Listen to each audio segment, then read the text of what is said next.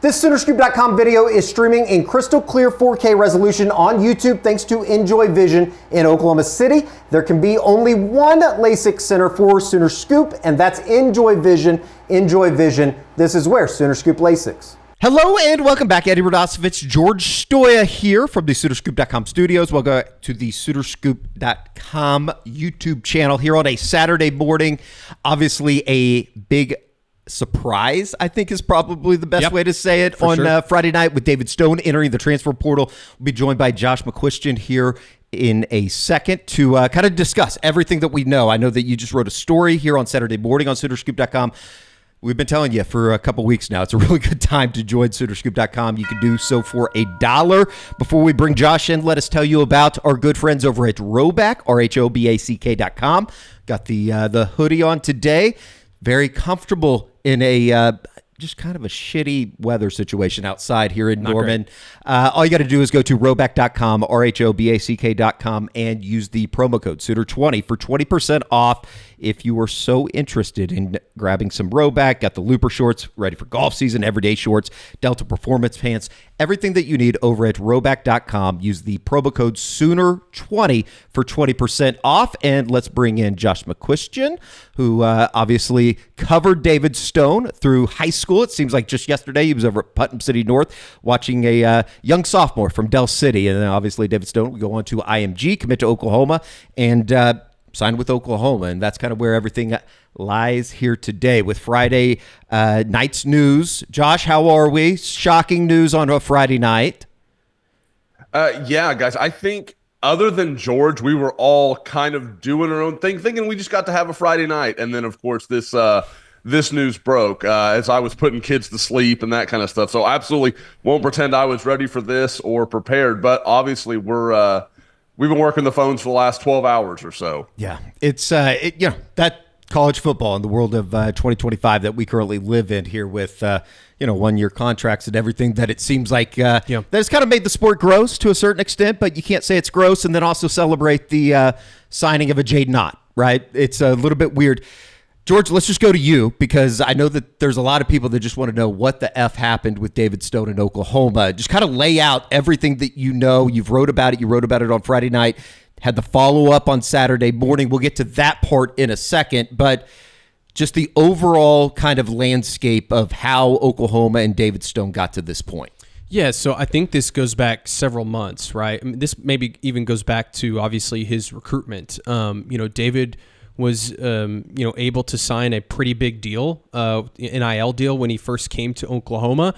After his freshman season, he only played 94 snaps, and you saw some flashes, and you thought, okay, he's eventually going to get there. He's going to play quite a bit, and the expectation this year, 2025, was that he was going to have a much larger role, right? Sure. Well, OU decided to cut his pay following his freshman season, just basically because, hey, the production, wasn't there. He didn't play a lot. They still gave him a considerable amount of money, this next year. And, I think part of the reason, at least from OU's side, is because they looked at it as, hey, we have to retain our productive players, an R. Mason Thomas, a Jaden Jackson, Deion Burks. Obviously, they went and got a John Mateer, and those players cost money, and the money has to come from somewhere. And I know David wasn't the only player to take a cut in pay, and some of you might wonder, well, why would you take money away from David in a situation where, he is somebody that has maybe a higher ceiling than a lot of those guys? I think OU viewed it as, again, what have you done for me lately? And that's not to say that David didn't have a chance to maybe make some more money this season. And I think that this is important, yeah, that there were incentives within this new structured deal. And we should also point out that we know that this contract, or whatever you want to call it, this new NIL deal for what was going into his sophomore season, it was done before Jim Nagy and the front office really took over. This was done Correct. At the beginning of the year of 2025. Yeah, January. I think January is when this was done, and obviously Jim Nagy wasn't hired till the end of February. So yeah, and I don't know how much Nagy was involved in what's gone down over the last couple days, but yeah, this new deal and it was incentive based. There was incentives where he could have made a good amount of money if he played well or played more next season, which was the expectation. And I think that at that time, back when this first happened, I think David was maybe a little upset by it. I think that people in his circle were certainly upset by the deduction in pay. And so I think that at that time there was some thought, and I know you and I had heard this, Josh maybe as well, that he had maybe considered back then entering the portal. But it sounded like they had smoothed things over. It was going to be okay. They were going to figure it out. And that's why I think when it happened on Friday night, it kind of came as a shock because no one, us included, other people, other reporters, I don't think anyone saw this coming to fruition. And it's our understanding on Friday night that, David was very emotional. Sounds like he and his family maybe had a meeting with Brent Venables and Todd Bates about what was going on and the decision that they were possibly going to make. I think David was in tears is one way that it was put to me, that he did not want to leave. Like, this was not a decision that he wanted to make. He ultimately signs the papers. He's officially in the transfer portal. And it does sound like Saturday morning, maybe as we're recording this, that Todd Bates is having a meeting with David Stone, maybe to see if he would reconsider. I don't know exactly the details of that. That could still be a meeting going on right now. So, things may still be in flux, but the fact is David Stone is in the transfer portal. And honest truth, guys, it's kind of a bad look from Oklahoma side. You get a 5-star defensive tackle. We've talked about it, how big of a recruiting win that is. You take away some of his pay, and now all of a sudden he's in the transfer portal. And I know a lot of people out there will say, oh, this is a Nico situation. I don't think it's I guess you could maybe compare it, but I don't outside think of it's like that. Outside of money obviously being a factor, there's a lot of different variables, right? Right. It's crazy too, because on Thursday I went over to the Heisman Park. I had to do a TV interview, and I saw Todd Bates and David Stone on the east side of the stadium. They were outside, and it looked like a very animated conversation. I came back and told you and Carrie that. Yeah. I just wish I would have taken a picture just to document it. Josh, you've obviously had a really good relationship with David Stone, going all the way back to his high school days at Dell City High School when he burst onto the scene as a sophomore. You've had conversations with the Stone camp here over the last 24 hours. I guess we'll just throw it to you and just the surprise in what we've obviously talked about in Friday night's news, as well as kind of where things are going from here, from maybe the Stone side of things here, as as George reported on Saturday morning. Maybe there is going to be a come to Jesus meeting, or whatever you want to call it. Maybe this isn't over for Oklahoma and David Stone. Yeah, I get it from fans who, are living the roller coaster of the portal. Like, I understand, early in the week we're talking Jay Knott and everybody's feeling great. And then you kind of have this, when does the other shoe drop? And okay, now it's David Stone. And I get there's this immediacy to be like, well, David's just a 5-star guy and he doesn't care about OU and he's just in it for the money. Eddie, you were there for plenty of interviews I did with David Stone. It's a guy that loves Oklahoma. Like, it means something to him to play for Oklahoma. Like, that was what he always wanted to do. And everything I've heard, nothing's changed. He's got a ton of respect for Todd Bates.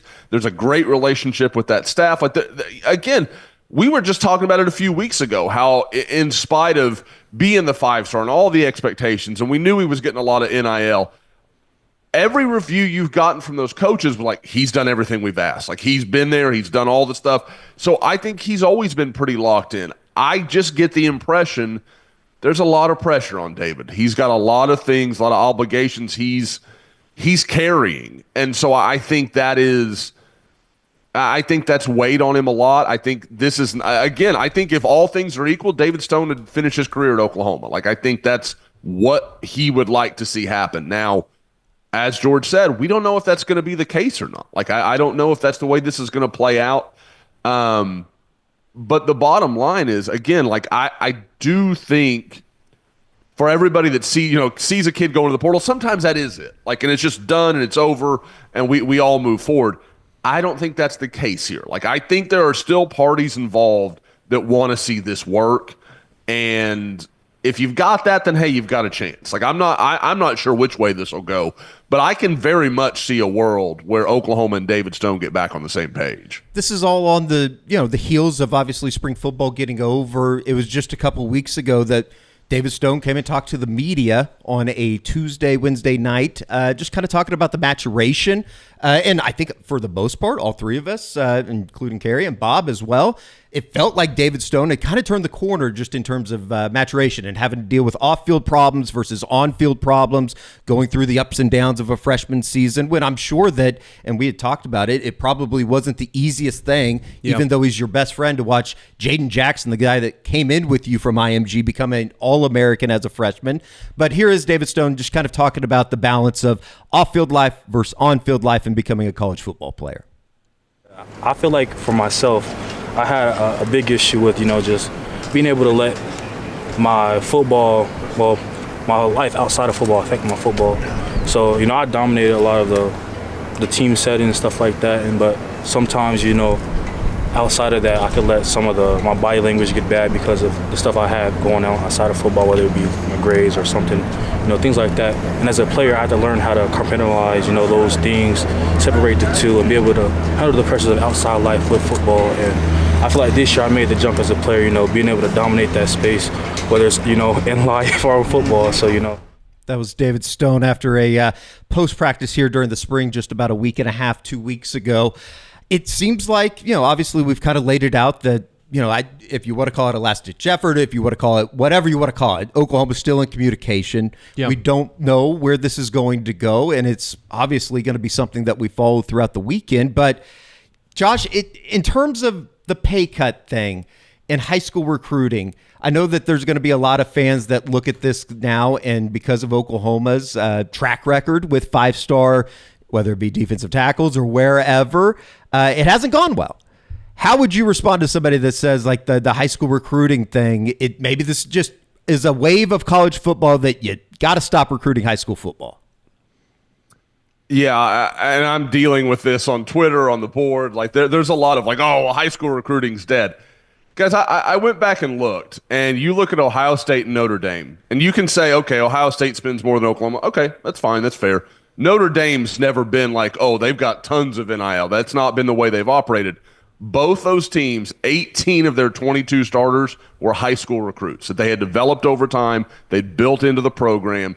Now they both started portal quarterbacks. So, like, I think there's something to that. Like, I think that is a position where you can find help in the portal. But this idea that you're going to build your line of scrimmage play from the portal, I don't think it's realistic. And, guys, all OU fans have to do is look about 6 months in the past and see Oklahoma trying to do that very thing and seeing how badly it failed. That's not really the way this works. You look at the guys going in the NFL draft this year. I was looking at a mock draft. 6 of the 9 guys that were predicted in one of the mocks that I looked at were high school recruits along the defensive line. Abdul Carter, Mason Graham. You go through some of those names. Those guys were just developmental players that they picked and they drove through over time. Now, there's Walter Nolans. There's exceptions. And I think Mike Green is a really interesting one that transferred from Virginia to Marshall. So if Oklahoma had went out and landed some defensive end that had kind of washed out at Virginia, I don't think anybody's saying, well, OU got it done in the portal this year. Like, it is. Like, I just think this idea that you're going to build a championship team from the portal is not realistic. You go and get the pieces you need to bolster what you already have. Now, if your team's not good enough, that's a problem that has to do with your high school recruiting, your evaluations, your developments. That's a different conversation. But just saying, oh, well, because this guy might leave, well, you just landed maybe the best running back in the portal. You can't have that both ways where, oh, it's all, OU's broke and everything's dead, or, okay, now they're doing great and have landed a key player. It's a really tricky situation because I think from Oklahoma's perspective, you look at it and you say, okay, you want to pay your returning players that had, like in our Mason Thomas, he deserves the money, the pay bump that he got after last season, right? And you look at David Stone, you're like, he might be worth that original amount that you had given him out of high school. That the reason you ended up getting him was because of a large part of it was because you paid him that amount of money. But he's maybe not worth that right now. And so it's like, are you investing long-term? Are you investing short-term? Like it's a tough situation. And that's, ultimately why you hired Jim Nagy is to help you make some of these decisions. Maybe if Jim Nagy was the GM, maybe they never give David Stone that original check. But at that same time, then you don't get David Stone probably in Norman. So it's one of those things where, and I hate being that person that's like on the fence and not taking one side or the other.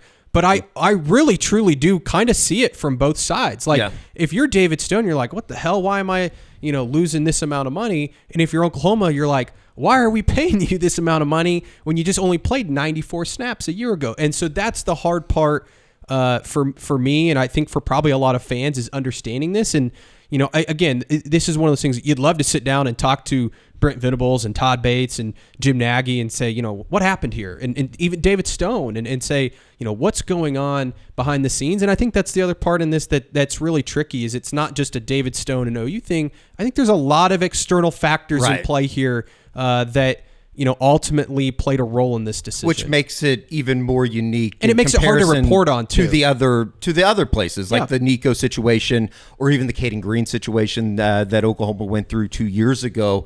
It does seem like there are external factors that are somewhat out of Oklahoma's control or somewhat to a certain extent out of David Stone's control. And you got to find a way to kind of marry everything if you're going to make this work. If they don't make it work, Josh, and he does enter the transfer portal, which he has, but enters the transfer portal with a no return to Oklahoma, we'll say, how do we feel about the defensive line group? I know that there's some names out there that we can get to in the transfer portal from the defensive line position, but just in general, the guys coming back, you still feel pretty good about it. You expected David Stone to come in and make a little bit more of a bigger impact in 2025, but you do have Dominic Williams, you do have Grayson Halton, you do have Jaden Jackson. Nigel Smith had made that move inside. Marcus Strong had a really good spring as well. Let's just talk about the guys coming back, and then we'll get to some of the transfer portal possibilities. Yeah, guys, I mean, I've said all along, I think that room is one of the strongest on Oklahoma's roster. It's a total credit to Todd Bates and how he's turned that around. But, I mean, you start with a group of Jaden Jackson, who's got, guys, All-American potential. Let's be honest. Like, he's going to be in that conversation over the next couple of years.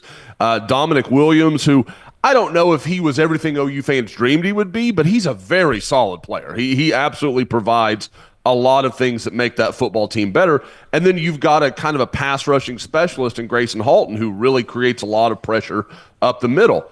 Then you heard of kind of the emergence of Marcus Strong. Like, okay, this guy's playing pretty good football for Oklahoma.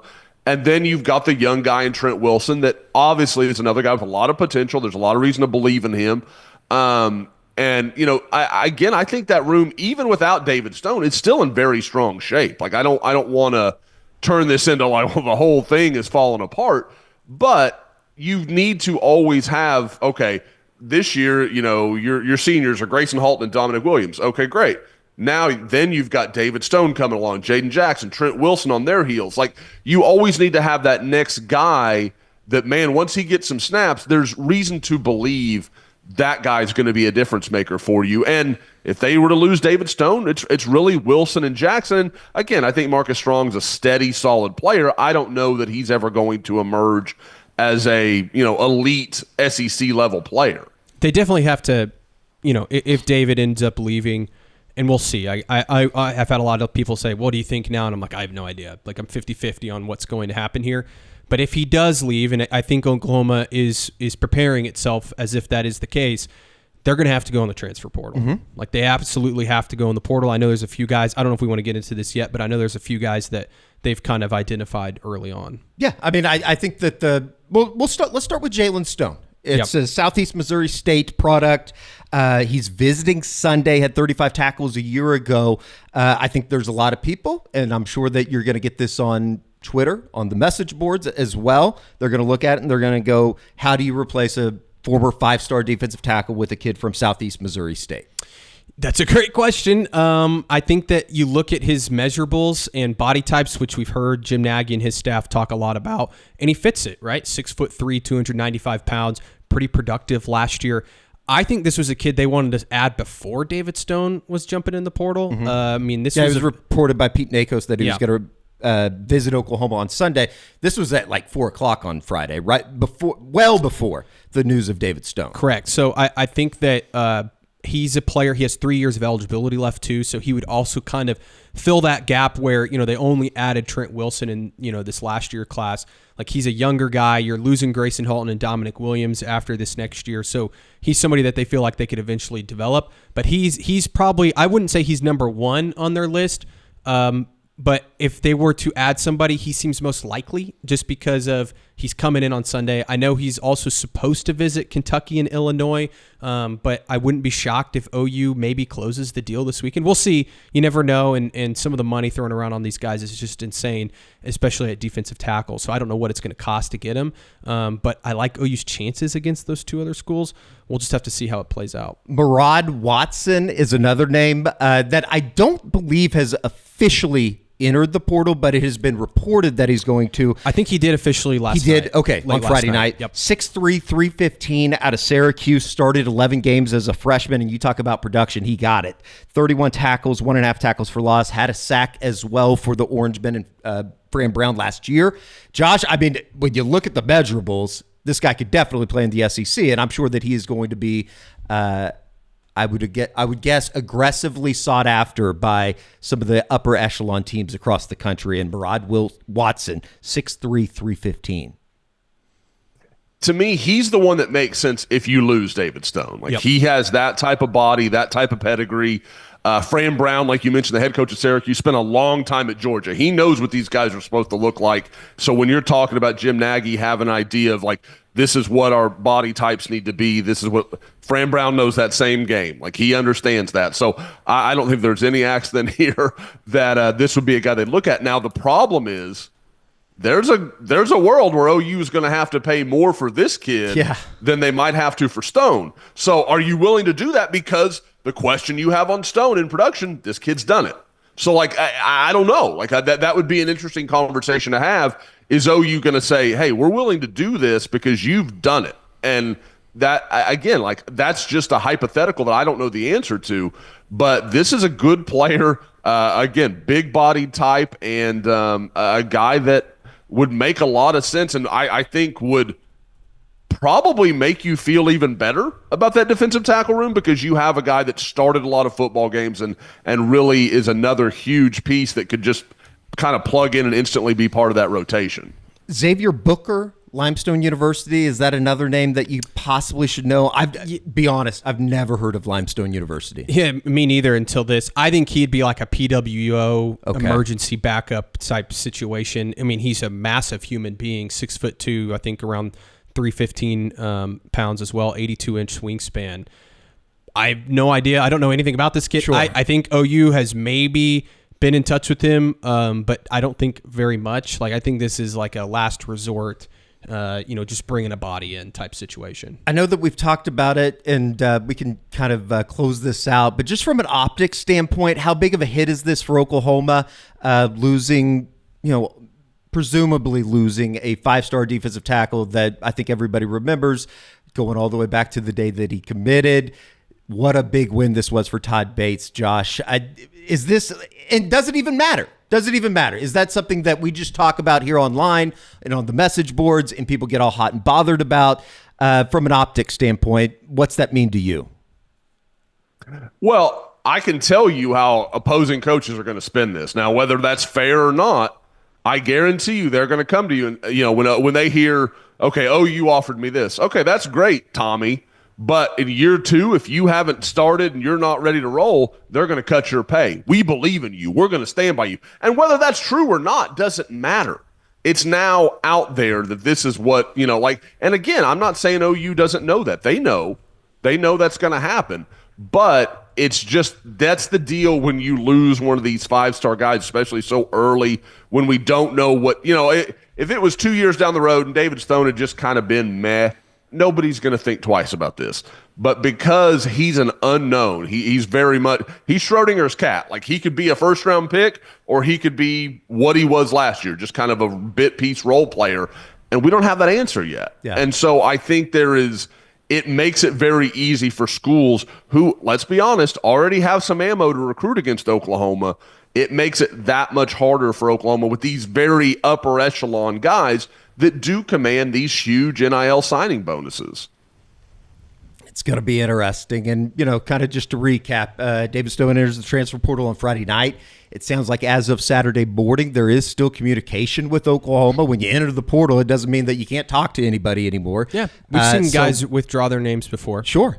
It will be interesting, I think, is probably the best way to end this. And obviously, shocking news. We'll be following it throughout the weekend on SoonerScoop.com. If anything happens, we'll be back here in studio to talk about it and discuss kind of where, if Oklahoma is able to get him back, how great of a win that would be. And if he ends up leaving and entering the transfer portal, the other options, because Oklahoma is obviously going to have to be extremely aggressive in the defensive tackle. I mean, I guess to a certain extent, is defensive tackle now your number one on the big board when you're talking about the transfer portal just in general for Oklahoma here over the next couple weeks? I still think tight ends up there. Sure. And Lance Mason is expected to visit on Monday. He just came off his visit at Cal on Friday. He'll be in town on Monday, and then I think he goes to Wisconsin on Tuesday. So that's a big visit. OU really likes him at tight end. I think kicker's still up there, but I would put defensive tackle right there. I think it's and up kicker's still open because Mason Shipley ends up committing to Texas on Friday afternoon for what I think we were told was a big amount of money for a kicker. Yes, a crazy amount. And I think that that even opens the door to the conversation of, do you even pay that much to a kicker if you can find somebody else that can get the ball through the uprights? I don't know. I mean, if maybe maybe OU has the money now though. Yeah, to do that with David Stone leaving. So, and that's the thing with all of this is like, okay, David Stone leaves, and yes, he took a pay cut. He was still getting paid a lot of money. That money could be allocated elsewhere now that he's gone. If they feel like that defensive tackle room is still, pretty good, which I think it is. It doesn't have the depth that it did with David Stone, or maybe even the ceiling that it had with David Stone. But you could take whatever David Stone was getting paid and give it to a tight end or a kicker or a wide receiver or whatever you want to do with it. There are headlines, it seems like, anytime that we talk about David Stone, and that just continues here on Saturday Boarding. Josh, we appreciate you joining us. It will be fascinating to watch how, whatever this next chapter is going to be in the David Stone story here in Norman. So for Josh and George, I'm Eddie. We will see you back here on the SoonerScoop.com YouTube channel.